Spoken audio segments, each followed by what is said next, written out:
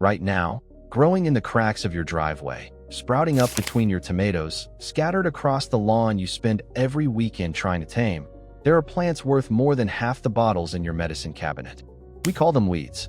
We pull them, spray them, curse them, and toss them in the bin. But our ancestors would be horrified to watch us throw away medicine and food with our own two hands. Because long ago, these so-called weeds were treasured remedies, gathered with gratitude. Today, I am going to teach you to see your yard with new eyes. Let me be honest with you before we begin, the way a good friend would. No weed in your garden is going to heal you in a single instant like flipping a switch.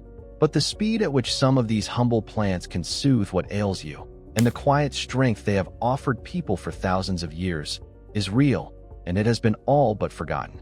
One word of caution first, and please take it to heart.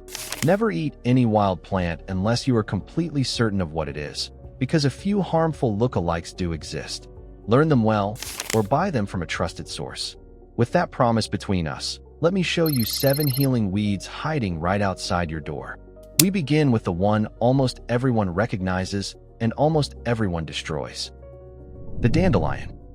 That bright yellow flower you have been poisoning for years is one of the most useful plants on earth. Every single part of it can be used.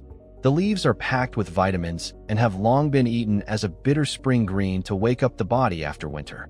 The root has been roasted into a coffee like brew and used for generations to gently support the liver and digestion. And modern study confirms the dandelion is rich in nutrients we pay good money for in pills. The next time you see one, do not reach for the spray. Reach for a basket.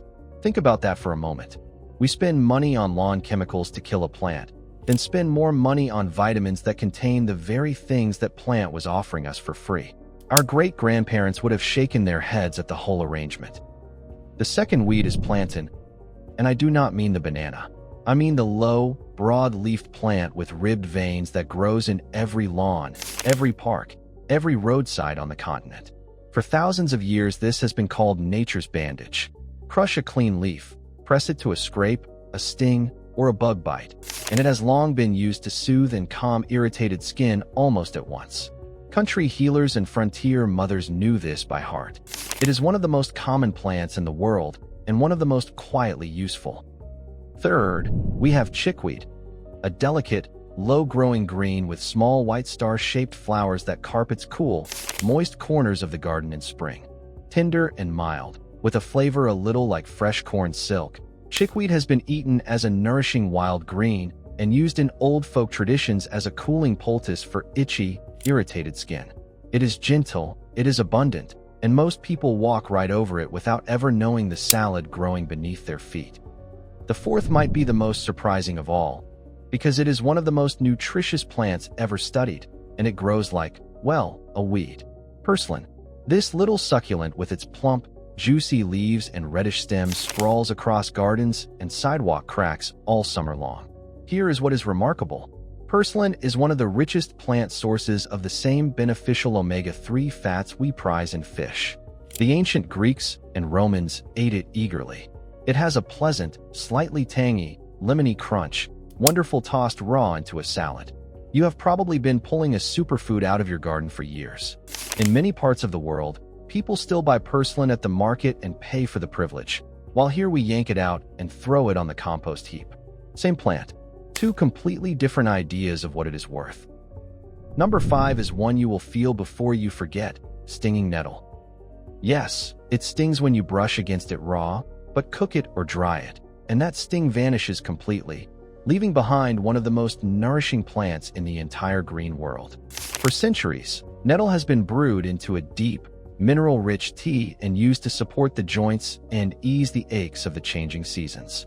It is loaded with iron and other nutrients, which is why it was so often given to those who felt run down and weary. Handle it with gloves, give it heat, and it transforms from foe to friend. There is a kind of lesson in that, if you think about it. The plant that seems most hostile turns out to be one of the most generous, the moment you learn how to approach it. So many of these weeds are exactly like that. The 6th is red clover. Those soft pink-purple blossoms that dot meadows and untreated lawns all summer, beloved by the bees. Far more than a pretty flower, red clover has a long history in traditional herbalism, brewed into a mild, pleasant tea and used as a gentle tonic, particularly valued by women through the changes of life. It is gentle and soothing, and gathering a handful of the blossoms on a summer afternoon is one of the small, free pleasures this world still offers freely. And finally, the seventh, lamb's quarters, sometimes called wild spinach, and for very good reason. This tall, dusty green-leafed plant springs up in gardens and disturbs soil everywhere, and it is, quite simply, one of the finest wild vegetables there is. It is richer in many nutrients than the cultivated spinach we buy in plastic bags, and it cooks down exactly the same way, mild and pleasant and green. Farmers have pulled it as a weed for centuries while it quietly out-nourished the very crops it grew beside. Now let me speak for a moment to those of you caring for someone you love. Maybe you are looking after an aging parent or a partner whose strength has begun to fade, and you carry that quiet ache of wishing you could do more. I see you, and I want you to know that a simple soup made richer with wild lamb's quarters, a calming cup of nettle tea brewed with patient hands, these are real acts of care. There is something deeply tender, too, in walking out to the garden together, even slowly, and gathering what grows there. It connects us to the earth and to each other, and that connection is its own kind of medicine. My grandfather kept a small patch at the edge of his garden that he refused to weed, and as a child, I thought he was just being lazy. Only years later did I understand he knew exactly what was growing there, and exactly why he was letting it. That patch fed and doctored that family through some very lean years. The knowledge was never written down. It was simply lived and passed along in the doing. Now, honesty demands I say this clearly. These garden weeds are companions to good health, not replacements for proper medical care. They are not a reason to skip the doctor, and they are not a cure for serious illness. Some can interact with medications or existing conditions. So before you add anything new, please speak with your physician or your pharmacist, especially if you're already taking something. And I will say it one more time because it matters most. Never eat a wild plant you cannot identify with complete certainty, and avoid any that have been sprayed with chemicals. So this week, before you mow it all down or reach for the weed killer, walk your yard slowly and really look at what is growing there. The dandelion, the plantain, the humble purslane underfoot. For most of human history, this was simply knowledge everyone carried, as ordinary as knowing the seasons. A child could name a dozen useful plants before they could read. We lost it in a generation or two of tidy lawns and convenience, and we have been a little poorer for it ever since, paying for what once grew free. But it is not gone.